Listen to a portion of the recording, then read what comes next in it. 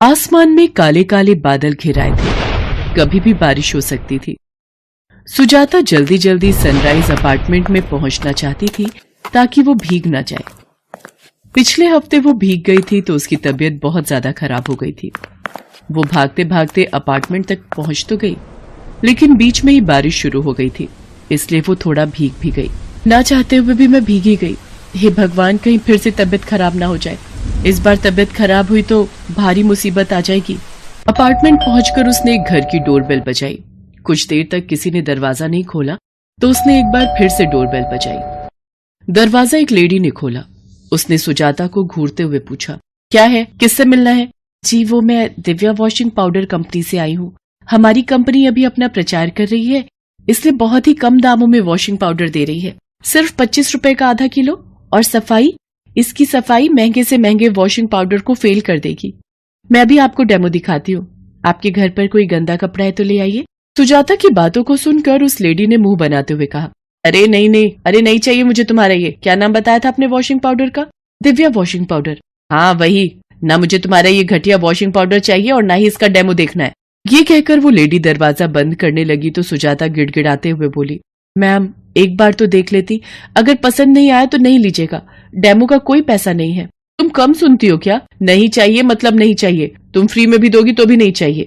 ये कहकर उस लेडी ने धड़ाम से दरवाजा बंद कर दिया।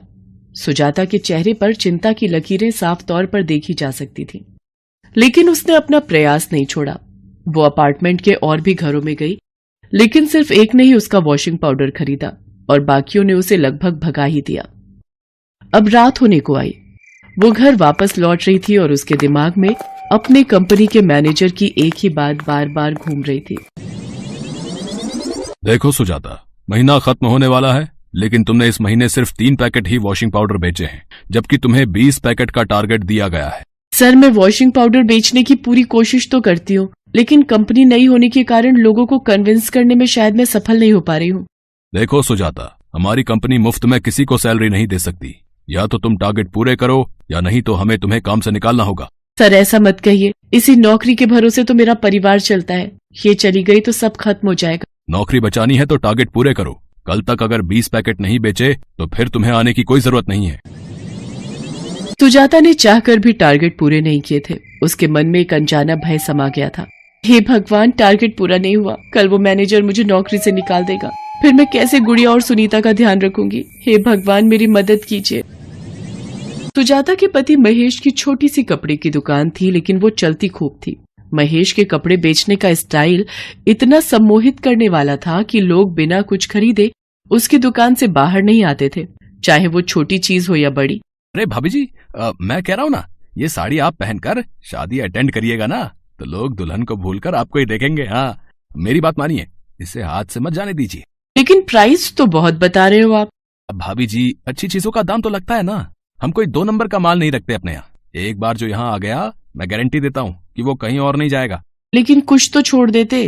देखिए, अब मैं पहले से ही आपको प्राइस बढ़ाकर बोलता और फिर झूठ मूठ का नाटक करता कि इतने पैसे छोड़ दिए, तो क्या आपको अच्छा लगता? हम एक दाम बोलते हैं तो क्वालिटी भी देते हैं। महेश की बातों को सुनकर वो औरत सोच में पड़ गई। अरे भाभी जी, किस सोच में पड़ गई? एक काम करिए, ये कपड़ा छूकर देखिए। अरे सोचिए मत, छूकर तो देखिए। औरत कपड़े को छूकर देखने लगी। क्यों, कैसा लगा? मक्खन है मक्खन भाभी जी। मैं तो कह रहा हूँ कि इसे पहनने के बाद कहीं भैया इनसिक्योर न महसूस करने लगे। तुम भी ना चीजें खरीदवा के ही मानते हो। ठीक है, ये साड़ी पैक कर दो और इसके मैचिंग ब्लाउज भी दिखाओ। हंसता खेलता परिवार था महेश का, कमाई भी ठीक हो जाती थी, लेकिन दुर्भाग्य की एक आग में सारी खुशियां जलकर खाक हो गईं। एक दिन न जाने कैसे शॉर्ट सर्किट के कारण उसकी दुकान में आग लग गई। महेश उस समय दुकान में ही था। उसने बाहर निकलने की बहुत कोशिश की, लेकिन उस आग में कपड़ों के साथ वो भी झुलस गया। ये क्या हो गया जी, ये क्या हो गया? सब खत्म हो गया। पापा, पापा, माँ पापा को क्या हो गया? क्या हो गया है माँ? महेश के चले जाने के बाद दोनों बच्चियों और उसकी खुद की जिम्मेदारी सुजाता पर आ गई थी। पिछले 8 महीने से वो सेल्स का काम कर रही थी। कभी टारगेट पूरे होते तो कभी नहीं। सुजाता की नौकरी चली गई। पिछले 10 दिनों से वो काम की तलाश में जाती, लेकिन उसे कोई काम नहीं मिल रहा था। घर का राशन खत्म हो रहा था, किराया, बच्चों की फीस, सभी मुंह बाए खड़ी थी। आज जब वो घर आई तो उदास सी बैठी हुई थी। तभी उसकी बेटियों ने कहा, माँ क्या हो गया है, क्यों उदास हो? चलो ना हमारे साथ बॉल खेलो ना। कुछ नहीं हुआ है बेटा, तुम लोग जाकर खेलो ना बॉल। नहीं माँ, जरूर कुछ हुआ है, नहीं तो तुम हमारे साथ खेलने से इनकार नहीं करती। अब सुजाता अपनी मासूम बच्चियों को क्या कहती, उन्हें क्या बताती कि वो किस संकट से गुजर रही है। बच्चों की जिद पर वो खेलने चली गई। बॉल खेलते खेलते सुनीता ने बॉल को इतनी जोर से फेंका कि वो बहुत दूर झाड़ियों में चली गई। माँ देखो ना, बॉल झाड़ियों में चली गई है, मैं लेकर आती हूँ। अरे तुम मत जाओ, मैं चलती हूँ ना। माँ तुम गुड़िया के पास रहो ना, मैं तुरंत आती हूँ। सुनीता बॉल लेने झाड़ियों के पीछे चली गई, लेकिन अचानक उसकी जोरदार चीख की आवाज आई, माँ बचाओ।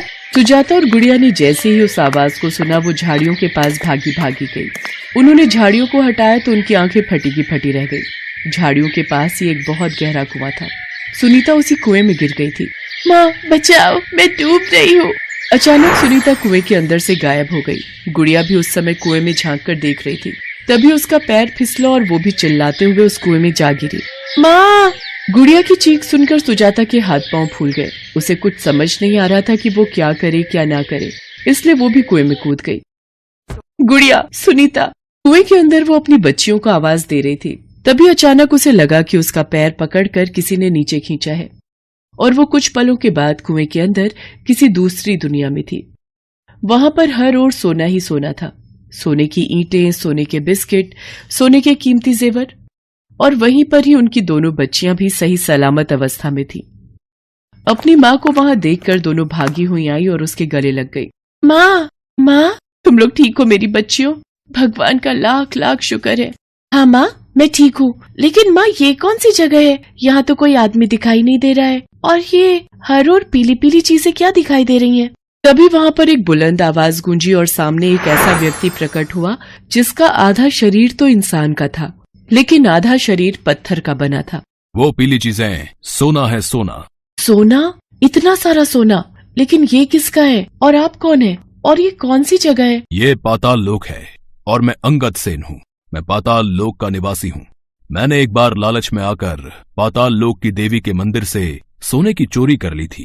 ये बात वहां के पुजारी को पता लग गई और उसने मुझे श्राप दे दिया कि मैं पत्थर का बन जाऊं। अंगद सेन ने ये सुना तो वो ऋषि के पैरों में गिर पड़ा और अपनी भूल की क्षमा मांगने लगा। मुझसे बहुत बड़ी भूल हो गई गुरुदेव, बहुत बड़ी। मुझे क्षमा कर दीजिए। ये भूल नहीं, पाप है। माता के मंदिर में तुमने चोरी की, मुझसे गलती हो गई। मैं लालच में आ गया था। मेरे किए की इतनी बड़ी सजा मुझे मत दीजिए, मुझे क्षमा कर दीजिए। उनकी बातों को सुनकर ऋषि को दया आ गई। अंगद सेन, मेरा श्राप तो वापस नहीं होगा, लेकिन हर साल पूर्णमासी के दिन तुम्हारा आधा शरीर अपने पूर्व रूप में आ जाएगा और वो समय होगा तुम्हें किसी की मदद करने का। तुम जैसे जैसे लोगों की मदद करोगे वैसे वैसे तुम्हारा पाप कम होता जाएगा और एक दिन पाप पूरी तरह समाप्त हो जाएगा और तुम पूरी तरह अपने पूर्व रूप में आ जाओगे। आज पूर्णमासी थी और अंगद सेन का आधा शरीर अपने पूर्व में आकर सुजाता की मदद करना चाहता था। बेटी, मुझे तुम्हारी सारी तकलीफों का पता है, इसलिए मैं तुम्हारी मदद करना चाहता हूँ। ये लो, ये 100 सोने की मोहरें और इससे अपनी नई जिंदगी शुरू करो। ये कहकर अंगद सेन एक बार फिर पत्थर के रूप में बदल गया। कुछ देर बाद सुजाता अपनी दोनों बेटियों के साथ कुएं के बाहर थी। वो कुआं अब वहां से गायब भी हो गया था। सुजाता ने सोने की मोहरों को बेचा और अपनी एक कपड़े की दुकान खोली। थोड़े संघर्ष के बाद उसकी दुकान खूब चलने लगी। सुजाता आज अपनी दोनों बेटियों और अपना जीवन उसी दुकान की कमाई से चला रही है।